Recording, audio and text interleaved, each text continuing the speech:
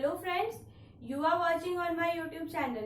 तो हम लोगों ने सेल के बारे में पढ़ा था अपने लास्ट वीडियो में, और सेल के बारे में हमने बहुत सारी चीजें पढ़ी और उसके बाद हमने फिर साइटोप्लाज्म पढ़ा, सेल वॉल और न्यूक्लियस भी पढ़ा। ठीक है, तो अब हम पढ़ते हैं और जो सेल ऑर्गेनीज जो बाकी हमारे रह गए हैं, तो उसमें से हम जो बाकी के सेल ऑर्गेनीज के बारे में हम पढ़ेंगे। तो सबसे पहले हम देखते हैं माइटोकॉन्ड्रिया के बारे में। माइटोकॉन्ड्रिया क्या होता है? माइटोकॉन्ड्रिया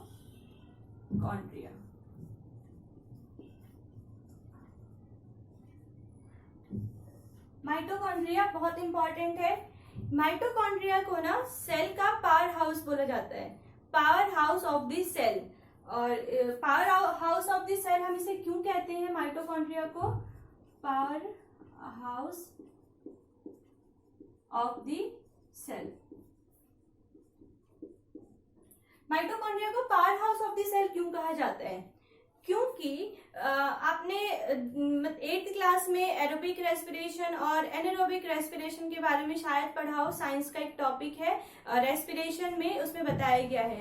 तो आपको पता है कि हम लोग जो है एरोबिक रेस्पिरेशन करते हैं, एनारोबिक भी करते हैं, बट हमारा जो मेन है वो एरोबिक रेस्पिरेशन करते हैं। तो उसमें क्या होता है, हम लोग जो एरोबिक रेस्पिरेशन करते हैं, तो एरोबिक रेस्पिरेशन में होता क्या है, यहाँ पर हम जो फूड लेते हैं और फूड जब डाइजेस्ट हो जाता है तो वो फूड होता है ग्लूकोज के फॉर्म में। ठीक है, हमारी बॉडी में वो फूड जो है वो किस फॉर्म में रहता है? ग्लूकोज के फॉर्म में, जब डाइजेशन पूरा हो जाता है उसके बाद। तो फिर जब हम ब्रीदिंग का प्रोसेस करते हैं, मतलब जब हम सांस लेते हैं, ऑक्सीजन जब हम लेते हैं अपनी बॉडी के अंदर, तो उस टाइम क्या होता है, वो जो ग्लूकोज है, फिर जब हमारी बॉडी में ऑक्सीजन जाता है तो ऑक्सीजन के साथ मिलकर जो फूड है, वो जो ग्लूकोज है, वो ब्रेक डाउन हो जाता है।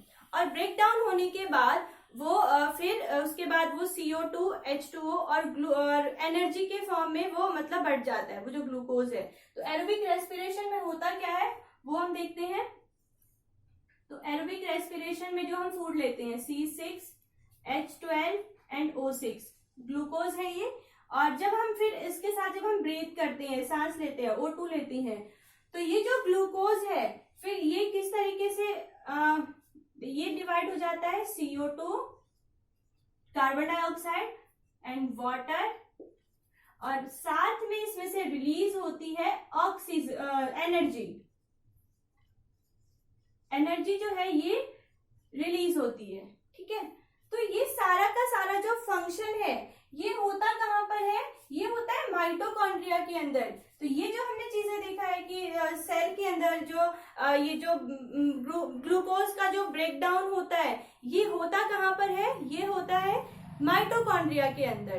तो माइटोकॉन्ड्रिया के अंदर फिर हम CO2, H2O और इसके साथ साथ एनर्जी रिलीज होती है। तो ये एनर्जी कहाँ पर होता है? ये एनर्जी होता है यहाँ पर। तो इसको power house of the cell क्यों बोलते हैं? क्योंकि यहाँ पर एनर्जी होती है, एनर्जी रिलीज होती है। एनर्जी क्या होती है? रिलीज होती है। ठीक है, इसीलिए माइटोकॉन्ड्रिया को power house of the cell बोलते हैं, क्योंकि सारा का सारा एनर्जी सेल के अंदर होता कहाँ है? तो सेल के अंदर जो सेल ऑर्गेनील है माइटोकॉन्ड्रिया, वहां पर होता है। तो यहाँ पर एनर्जी है, इसीलिए इसको power house of the cell कहा गया है। तो ये जो फंक्शन है ये होता है माइटोकॉन्ड्रिया के अंदर। तो ये ध्यान रखना है, ये जो एरोबिक रेस्पिरेशन का प्रोसेस है ये माइटोकॉन्ड्रिया में होता है, इसीलिए इसको power house of the cell बोलते हैं। तो ये जो एनर्जी है ये हमारे सेल के अंदर रहती है, प्रेजेंट रहती है, और जब हमें जरूरत होती है तो माइटोकॉन्ड्रिया जो है ये हमें एनर्जी दे देता है। ठीक है, तो एनर्जी जो है वो स्टोर्ड किस तरीके से रहती है? तो ये स्टोर्ड रहती है ATP के फॉर्म में। Energy stored in the form of ATP। Energy stored in the form of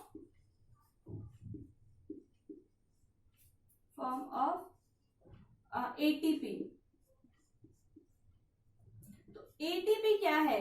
ATP कुछ नहीं है, ATP है सिंपल एनर्जी। बट जो एनर्जी स्टोर्ड रहती है, ऐसा तो नहीं होता कि हम फूड तुरंत खाते हैं और तुरंत हमें एनर्जी की जरूरत पड़ जाती है, ऐसा नहीं होता है। सेल जो है जब सेल फंक्शन करती है तब हमें एनर्जी की जरूरत होती है। तो तब तक वो एनर्जी जो स्टोर रहती है वो किस फॉर्म में रहती है? वो रहती है ATP के फॉर्म में। ठीक है, तो माइटोकॉन्ड्रिया के अंदर क्या होता है? माइटोकॉन्ड्रिया के अंदर होता है ATP।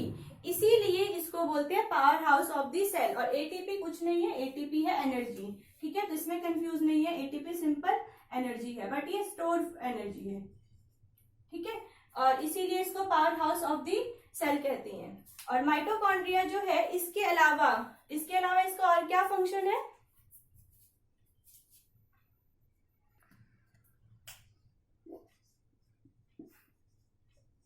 माइटोकॉन्ड्रिया हैव, देखो माइटोकॉन्ड्रिया जो है इसमें हमने एनर्जी तो देख ही लिया है, और इसके साथ साथ माइटोकॉन्ड्रिया के अंदर ना अपना डीएनए होता है, अपना प्रोटीन होता है, और जो है एनर्जी तो इसके पास होती ही है। तो ये हमें ध्यान रखना है, mitochondria have their on DNA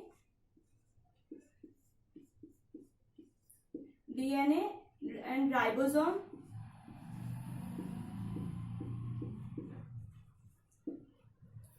mitochondria के अंदर अपना डीएनए होता है और अपना राइबोसोम होता है। राइबोसोम के बारे में आपने नहीं पढ़ा, तो राइबोसोम के बारे में मैं पढ़ाऊंगी। और ये भी एक सेल ऑर्गेनील है बेसिकली। तो ये साइटोप्लाज्म के अंदर होता है राइबोसोम भी।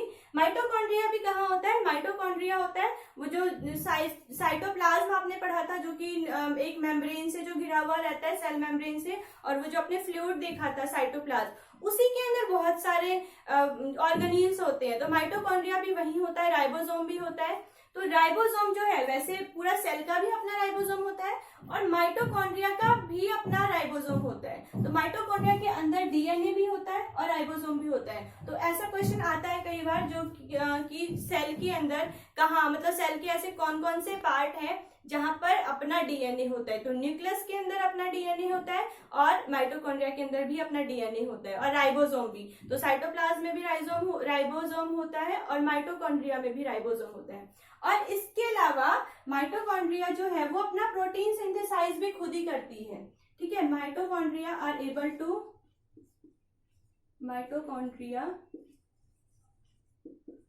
Able to synthesize their own DNA.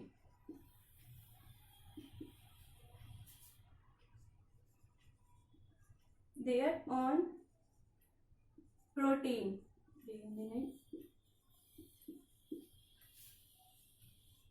तो इसके अंदर अपना प्रोटीन भी होता है। तो अपना प्रोटीन क्यों होता है? क्योंकि इसके अंदर राइबोसोम है, और राइबोसोम के बारे में आप पढ़ोगे तो आप उसमें देखोगे कि राइबोसोम के अंदर ही प्रोटीन का सिंथेसाइज होता है। प्रोटीन बनता कहाँ पर है? राइबोसोम के अंदर। तो माइटोकॉन्ड्रिया में भी क्योंकि राइबोसोम है तो इसमें अपना प्रोटीन होना ऑब्वियसली है, ठीक है। तो राइबोसोम के अंदर माइटोकॉन्ड्रिया के अंदर डीएनए, राइबोसोम और साथ ही साथ प्रोटीन भी होता है। तो ये है हमारा माइटोकॉन्ड्रिया। बहुत बड़ा नहीं है बट इम्पॉर्टेंट है। इसके अंदर जो भी चीजें हैं वो अपने आप में बहुत इंपॉर्टेंट है। सबसे पहले जो चीज है वो है power house of the cell. ये क्वेश्चन डायरेक्टली कई बार आया हुआ है कि power house of the cell किसे बोलते हैं? तो ये बोलते हैं माइटोकॉन्ड्रिया को। क्यों बोलते हैं? क्योंकि इसके पास अपनी एनर्जी क्योंकि यहाँ पर एनर्जी जो है वो बनती है और रिलीज होती है, और साथ में इसके साथ इसमें अपना डीएनए होता है, राइबोसोम होता है और प्रोटीन होता है, ठीक है। तो ये है हमारा माइटोकॉन्ड्रिया के बारे में। अब हम देखेंगे लाइसोसोम।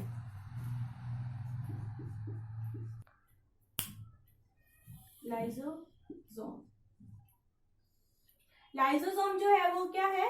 लाइसोसोम भी एक सेल ऑर्गेनील है और ये भी साइटोप्लाज्म के अंदर रहता है, ठीक है। तो लाइसोसोम जो है इसका क्या फंक्शन है और ये है क्या चीज? तो लाइसोसोम जो है ना, ये कुछ एंजाइम्स कंटेन करती है। इसके अंदर कुछ एंजाइम्स होते हैं, ठीक है। इट कंटेन्स सम एंजाइम्स, और ये एंजाइम्स क्या करते हैं?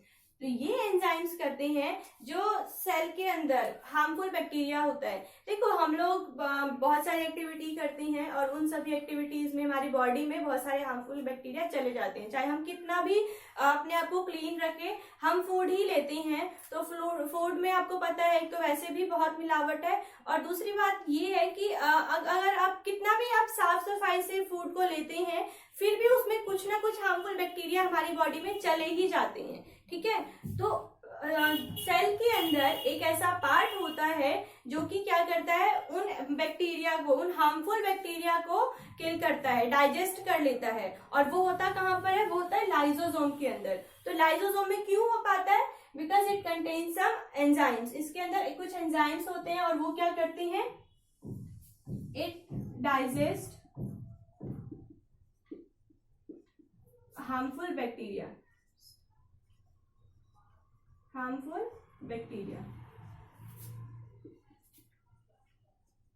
ये कुछ ये जो हमारी बॉडी में जो हार्मफुल बैक्टीरिया चले जाते हैं उसको किल करने का, उसको डाइजेस्ट करने का काम करता है लाइसोसोम।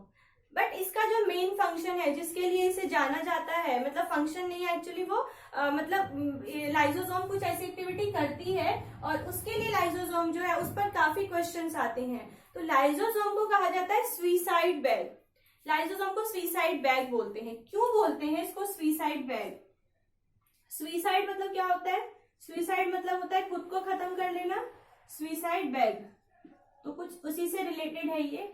लाइसोसोम जो है वो एक बैग की तरह होता है, मतलब इसका शेप जो है मतलब बैग की तरह ये दिखने में होता है, इसलिए इसको सुइसाइड बैग बोलते हैं। सुइसाइड बैग क्यों बोलते हैं, क्योंकि क्या होता है कि लाइसोसोम जो है, कभी कभी लाइसोसोम जो है वो अपने आप में सेल के अंदर ये बर्स्ट हो जाती है, फट जाती है लाइसोसोम। तो जब ये फट जाती है ना तो ये अपने ही सेल को डाइजेस्ट कर लेती है।